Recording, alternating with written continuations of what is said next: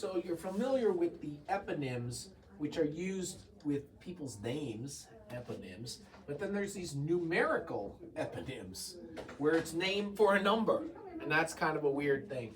So when you have horizontal gaze problems, you can't look to one direction, either to the right side or to the left side, and that's going to be these muscles, the lateral rectus muscle, which is going to abduct the eye, and the medial rectus muscles, which adduct the eye.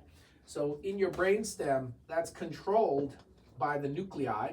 The nuclei of 6, which is the final common pathway for horizontal gaze, has to talk to the nucleus of 3 in the midbrain. So it travels on this medial longitudinal fasciculus. This medial longitudinal fasciculus transmits information from the 6th nerve nucleus to the ipsilateral cranial nerve 6th nerve and the contralateral medial rectus muscle via the 3rd nerve.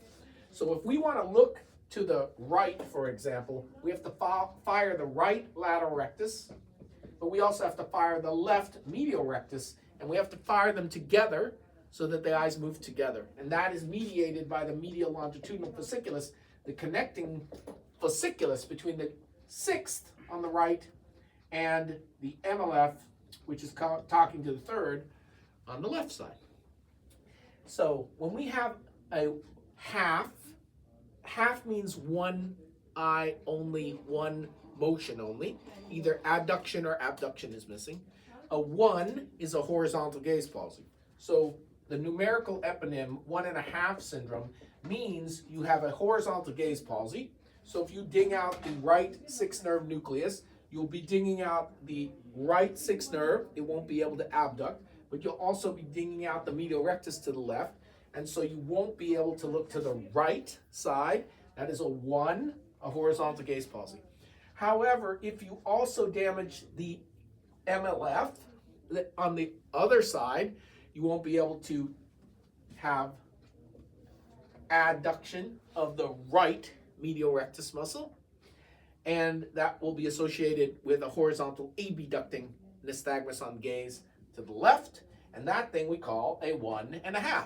You have a horizontal gaze palsy plus a half from the MLF, and the MLF is named for the medial rectus weakness, the adduction weakness, and so that lesion is going to be on the right side, a 1.5.